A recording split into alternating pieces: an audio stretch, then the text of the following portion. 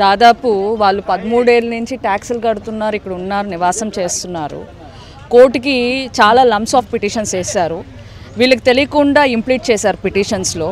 వీళ్ళు పార్టీస్ కాకుండా, వీళ్ళు హక్కుదారులు కాకుండా వీళ్ళు ఎవరు? ఇప్పుడు అబ్దుల్ మసీది రిజిస్ట్రేషన్ మీద, అర్బన్ సీలింగ్ యాక్ట్ మీద డైరెక్టే రిజిస్ట్రేషన్ వెళ్ళింది. రిజిస్ట్రేషన్ అయినప్పుడు కోర్టు ఏ విధంగా కోర్టు అమినాలు అపాయింట్ అయ్యి, గతంలో కూడా నేను ఆపాను, గతంలో కూడా రిట్ పిటిషన్ ఫైల్ చేశాము ఆనరబుల్ హైకోర్టులో. అప్పుడు సుప్రీంకోర్టులో కూడా ఈ కోర్టు నడుస్తుంది. నడిచినప్పుడు కూడా నేను ఆపే పరిస్థితి వచ్చింది. పోలీసు వాళ్ళు ఇంత దారుణంగా ఈ విధంగా మొత్తం డెమాలిష్ చేసే పరిస్థితి ఎందుకు వచ్చింది? నేను ఈరోజు చంద్రబాబు నాయుడు గారికి ఒకటే మనవి కోరుతున్నాను, వీళ్ళకందరికీ న్యాయం జరగాల. మిమ్మల్ని అందరిని ఓటేసి గెలిపించారు, ఇక్కడ ఊరికేం గెలిపించలేదు కదా. ఈరోజు రోడ్డు మీద కొన్ని వేల బతుకులు ఉన్నాయి. వీళ్ళ పరిస్థితి ఏంటి? వీళ్ళకి ఎవరు ఆధారం? డిప్యూటీ సీఎం గారు గతంలో పవన్ కళ్యాణ్ గారు కూడా దృష్టిలోకి వెళ్ళింది ఇది. గతంలో జనసేన, వైఎస్ఆర్సీపీ పెద్దవాళ్ళందరూ 3 పార్టీలు వచ్చారు. 3 పార్టీలు ఆ రోజు మద్దతు కలిపినప్పుడు ఈరోజు వీళ్ళ పరిస్థితి ఏంటి? కోర్టు కూడా స్టే వచ్చే ఒక 11:30కి తెలిసి కూడా ఏ విధంగా డెమాలిష్ చేస్తారు? ఇది తప్పు కాదా మీరు చేసింది? వీళ్ళ పరిస్థితి ఏంటి? ఈరోజు అడిగితే కేసులు అంటారు, భయపడతారా? అంటే ఇది చర్చిని ఏ విధంగా డెమాలిష్ చేస్తారు? చర్చిని పగలగొట్టచ్చా? చర్చి మీద టార్గెట్ అని ఏ విధంగా మాట్లాడతారు? ఏ విధంగా మాట్లాడే పరిస్థితి వస్తుంది? ఇంతమంది చర్చ అంటే జనాలు లోపల ఉన్నా కానీ చంపేయడానికి కూడా రెడీ అయిపోయారా? ఇట్స్ అటెంప్ట్ మర్డర్ కదా. 11:30కి స్టే వస్తుంది, 10 నిమిషాలు ఆగండి సార్. ఒక అమ్మాయి ఇదే సైట్లో ల్యాండ్ ఓనర్ కోర్ట్ ప్రొసీడింగ్స్ చూపించినా కానీ గవర్నమెంట్లో తోసేయడము, లాగేయడము తప్పు కదా. ఆడవాళ్ళ మీద చెయ్యొచ్చా? ఇది తప్పు కదా. మనం అడ్వకేట్ల వృత్తిలోనే ఉన్నాం కదా, రౌడీ షీటర్ల కింద లేము కదా. ఒక న్యాయస్థానంలో ఉండి, ఒక లాయర్గా ఉండి ఈ విధంగా దౌర్జన్యంగా చేయడం తప్పు కదా. అడిగితే కేసులు అంటారా? ఈరోజు చంద్రబాబు నాయుడు గారికి ఒకటే మనవి కోరుకుంటున్నాను, ఇది దయచేసి ఈరోజు వీళ్ళకంతా బాధితులకి అందరికీ నిలబడాలి. మీరు ఈరోజు ఓటేసి గెలిపించారు, మిమ్మల్ని గెలిపించిన తర్వాత వాళ్ళకి న్యాయం చేయాలి. మీరు సెక్రటరీకి వస్తే కనీసం అపాయింట్మెంట్ ఇవ్వరు. వీళ్ళ పరిస్థితి ఏంటి ఈరోజు? వీళ్ళ పరిస్థితి ఏంటి ఈరోజు? నేను ఒకటే మనవి కోరుకుంటున్నాను చంద్రబాబు నాయుడు గారికి, గౌరవ ముఖ్యమంత్రి గారికి, గౌరవ డిప్యూటీ సీఎం గారికి ఒకటే మనవి, ఈ బాధితుల కోసం మీరు నిలబడాలా, న్యాయం చేయాలా. కోర్టులో కూడా మీరు న్యాయం చేయాలా. వీళ్ళకి అన్ని కోర్టులు ఈ విధంగా చేతులు ఎత్తేస్తే సామాన్య ప్రజలకి ఎక్కడ న్యాయం?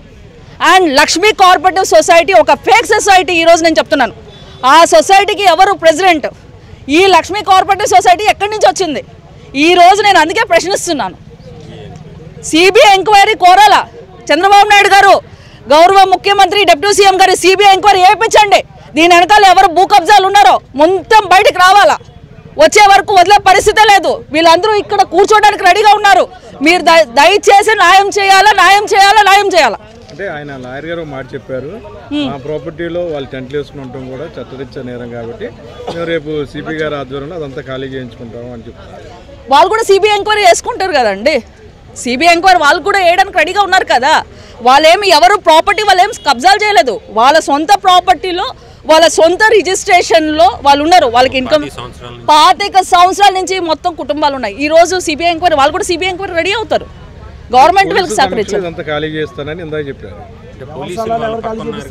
ఎవరైతే లాయర్ గారు ఉన్నారో సొసైటీకి సంబంధించిన మీడియా సమావేశంలో నేను ఇదంతా కూడా ఖాళీ చేస్తున్నాను పోలీసులను పెట్టి, మీడియా వాళ్ళు కూడా కంటెంప్ట్ కింద కోర్టు కింద వస్తారు కాబట్టి వాళ్ళ పక్కన వార్తలు వేయొద్దని చెప్పారు.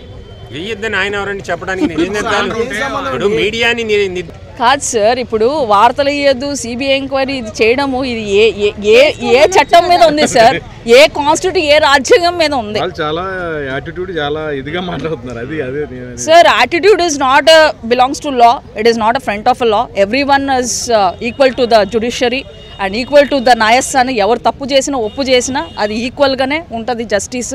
నేను ఈరోజు కూడా చెప్తున్నాను, న్యాయస్థానాల్లో అడ్వకేట్లు ఇలా మాట్లాడతారని నేను కూడా అనుకోలేదు. First time I'm listening this kind of words before the law. మాట కూడా అన్నారు, కోర్టులో ఉన్న అంశం క్లియర్ అయింది కాబట్టి, వాళ్ళకి అన్యాయం జరిగింది కాబట్టి మజీద్ వాళ్ళు ఇంటి ముందు వెళ్ళి ధర్నా చేసుకోండి, లేకపోతే గౌరవ కలెక్టరేట్ని అడిగితే ఆయన ఏమైనా టిట్టుకోయిలు లాంటివి ఏమైనా ఉంటే అలర్ట్ చేస్తారు, దయచేసి నా ఆస్తిలో ఖాళీ చేయండి అంటారు. ఆయన ఆస్తి అనేసి ఎవరు రిజిస్ట్రేషన్ చేశారు? ఇప్పుడు ఆయన ఆస్తి అంటున్నాడు, ఎవరు రిజిస్ట్రేషన్ చేశారు, వీళ్ళందరూ ఎలా పార్టీ అయ్యారు?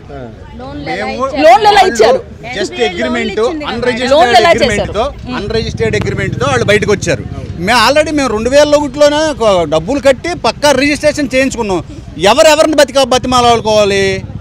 ఆయన వెళ్ళి మజీద్ను బతిమాలుకోవాలి. మేము పక్కా రిజిస్ట్రేషన్లు చేసుకున్నాం. మామూలుగా 12 ఏళ్ళు 13 ఏళ్ళు ఉంటేనే గవర్నమెంట్ భూమి అయినా కానీ మాకు చెందుద్దని అంటారు మామూలుగా యాజ్ పర్ లా. అంతే కదా. మేము 25 సంవత్సరాల నుంచి ఇల్లు కట్టాము, ట్యాక్సులు కడుతున్నాము, కరెంట్ బిల్లులు కడుతున్నాము, వాటర్ ట్యాక్సులు కడుతున్నాము, అన్నీ కడుతున్నాము. ఎవరిని మోసం చేశారు? వాళ్ళని మజీద్ మోసం చేశాడు. మీరు మజీద్ని అడగండి. మజీద్ దగ్గర నుంచి మేము కొనుక్కున్నాం, మీరు అడ్వాన్స్ మాత్రమే ఇచ్చారు, అది కూడా అన్రిజిస్టర్డ్ అడ్వాన్సు. ఆ సొసైటీ అయినా ఆదిశేషులు అనేవాడు చచ్చిపోయాడు. ఆయన అక్కడ సార్ అది one of the agreement part. ఈ కేసు కూడా స్టార్ట్ అయ్యింది ఏంటంటే తెలంగాణ కోర్టు నుంచి స్టార్ట్ అయింది. సో ఈయన కేసు వేశారు. ఉమ్మడి రాష్ట్రం ఉన్నప్పుడే కేసు స్టార్ట్ అయింది 81లో, 82లో కేసు ఇదైంది.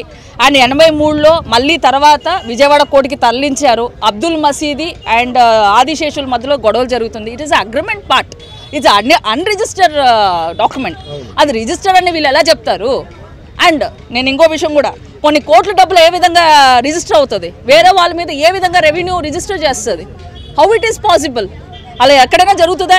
ఏ కాన్స్టిట్యూషన్లో కూడా లేదు, ఏ రాజ్యాంగంలో కూడా లేదు. ఈరోజు కూడా చెప్తున్నాను. ఇప్పుడు ఈయన ఉన్నాడు, ఈయన బతికే ఉన్నాడు కదా, ఈయన తదంత్రం ఎవరి కింద వస్తుంది? పిల్లలకి వస్తుంది. వీళ్ళకి ఎలా వచ్చేస్తుంది? అసలు సంబంధం లేని వాళ్ళు ఇంటర్వ్యూర్ అయిపోయి ఎట్లా సార్ డెమాలిష్ చేసేసి న్యాయస్థానంలోనే ఉన్నాం కదా. ఏం జరుగుతుంది అసలు? ఎంత ఇదిగా పకడ్బందీగా ఎలా చేయగలరు? 300 మంది పోలీసులు వస్తే మాలాంటి సామాన్యులు సార్ ఇక్కడ మహా అయితే ఒక 20 కుటుంబాలు ఉంటాయి. ఈ 20 కుటుంబాల ఫోర్స్ కి 300 ఫోర్స్ కి ఎంత తేడా ఉంది? పోలీస్ డిపార్ట్మెంట్ కూడా గతంలో కూడా చాలా వరకు పాపం వాళ్ళు కూడా ఫోర్స్ ఆపడానికి చూశారు. నేను కూడా గతంలో నేను వచ్చాను సైట్లోకి, నేను కూడా మాట్లాడాను అమినాల్తో, దయచేసి స్టే వచ్చే వరకు ఆగండి అని అన్నాను. ఇమ్మీడియట్గా ఇప్పుడు ఫోర్స్ వచ్చేసి కొట్టేస్తే వీళ్ళ పరిస్థితి ఏంటి? Who is responsible for hole sites?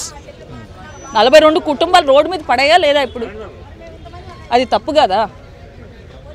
నేను ఒకటే గౌరవ ముఖ్యమంత్రి గారికి ఒకటే కోరుకుంటున్నాను, ఈరోజు కూడా చంద్రబాబు నాయుడు గారు ఈరోజు ఈ 42 కుటుంబాలకి ఒక తండ్రిలాగా ఒక తల్లిలాగా నిలబడి వీళ్ళకి న్యాయం చేయండి. అవకాశం ఉన్నా లేకపోయినా నేను ఇదే అడుగుతున్నాను. అంటే ఆయన పెద్ద మనుషులు ఆలోచించే అవకాశం అయితే ఉందా లేదా అని. ఎందుకంటే వీళ్ళకి అపాయింట్మెంట్లు కూడా ఇవ్వట్లేదు, బాధపడుతున్నారు కదా. అపాయింట్మెంట్లు ఇవ్వటం లేదు, అక్కడ ఏం జరుగుతుందో తెలియదు కదండి. లోపల ఏం జరుగుతుందో బయట ఏం జరుగుతుందో వెనక నుంచి ఎవరున్నారో రాబోయే రోజులు ఖచ్చితంగా వస్తాయి, తెలుస్తాయి కూడా. కానీ వీళ్ళ బాధలు, వీళ్ళ పరిస్థితి రోడ్డు మీద పడింది కదా. వీళ్ళ పరిస్థితి ఇప్పుడు లోన్లు కట్టుకునే వాళ్ళు లోన్లు కూడా ఆగిపోయి వాళ్ళవి. లోన్లు తీసుకున్నారు, లోన్ ఎవరు కడతారు? బ్యాంక్ సమాధానం చెప్పాలి కదా. లక్ష్మీ కోఆపరేటివ్ సొసైటీ ఈ రోజు వచ్చేసి భూ కబ్జా చేసేసి కొట్టేసేసి అయిపోతుందా? వీళ్ళు లోన్లు ఎలా కొడతారు, ఎట్లా కడతారు? అండ్ వన్ మోర్ థింగ్, చర్చిని కొట్టడమే తప్పు.